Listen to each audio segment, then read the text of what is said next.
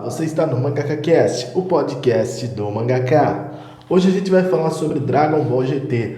Bom, esse anime na realidade, né, não se sabe ao certo se ele é oficial ou não, mas que ele já passou muito na TV e que ele é muito famoso, é evidente.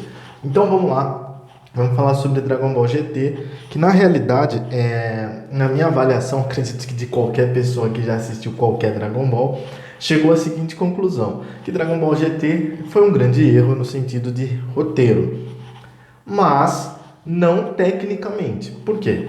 No quesito repertório e roteiro, Dragon Ball GT sem dúvida é uma grande porcaria. Mas, se você for analisar o roteiro em si, não é ruim, tá longe de ser ruim. Porém, quando você pega Dragon Ball, legal. Aí depois Dragon Ball Z, muito bom. E aí você entra em Dragon Ball GT, é claro que tem uma grande diferença.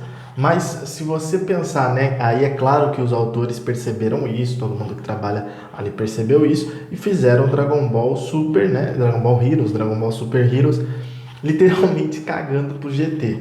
Só que qual que é o grande lance? Porque isso era evidente que tinha que ser feito. Mas qual que é o grande lance? O Dragon Ball GT ele só é muito ruim porque existe o Dragon Ball e o Dragon Ball Z.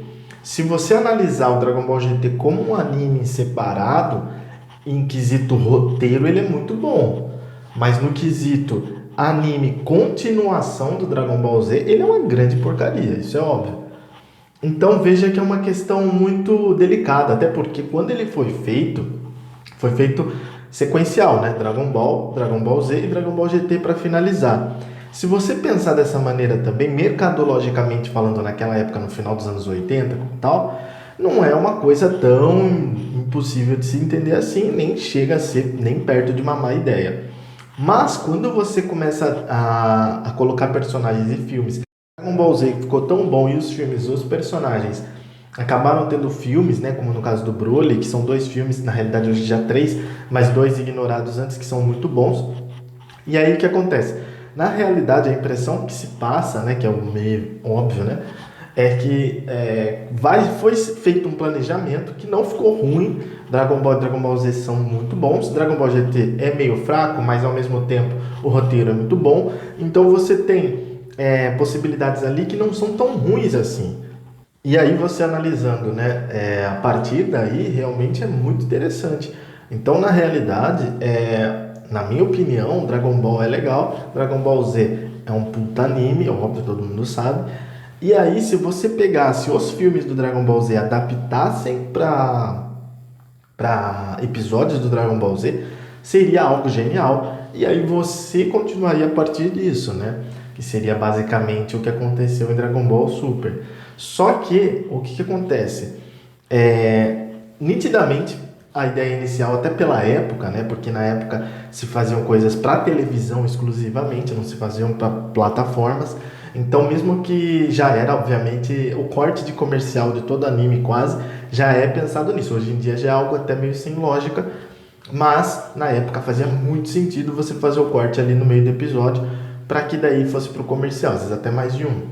E as emissoras muitas vezes faziam o corte delas também, além desse corte que já vem.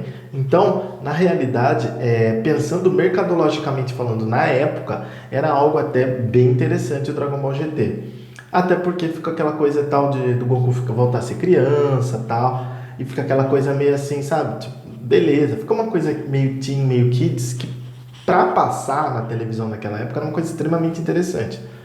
Hoje em dia não, daquela época quase pra frente, você pega e, mercadologicamente falando, isso é horrível. Por quê? Porque não tem lógica. Agora, o roteiro é bom. Agora, a lógica e o roteiro é bom porque ele mostra uma coisa muito interessante. Ele mostra que os dragões que lutaram contra o Goku, que se revoltaram, na realidade eles foram criados, né, nascidos, emanados, né, feitos, jorrados, né, no universo por causa dos pedidos antigos, no caso daí da saga do Dragon Ball Z. Então, de tanto fazer aqueles pedidos, principalmente de pedidos muito difíceis, eles acabaram nascendo em alguma parte do universo. Então, a maioria deles muito kármicos. Então, veja que isso é bem interessante, é uma reflexão bem interessante, né? Até onde vale a pena ficar pedindo favor a qualquer custo, porque em algum lugar do universo isso vai refletir, ou seja, né, aquela coisa de tipo, preciso conquistar isso a qualquer custo, de repente não vale tanto a pena. Então, é algo muito interessante, por isso que eu falei que o roteiro é bem interessante, é reflexivo e bem interessante nesse quesito.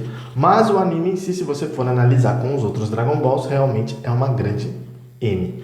Então, fica aí a minha análise, né, dentro desse anime, que realmente não fez tanto sucesso quanto se esperava, até pelo nível, mas não é tão ruim também, principalmente no roteiro, né? Essa é a minha opinião.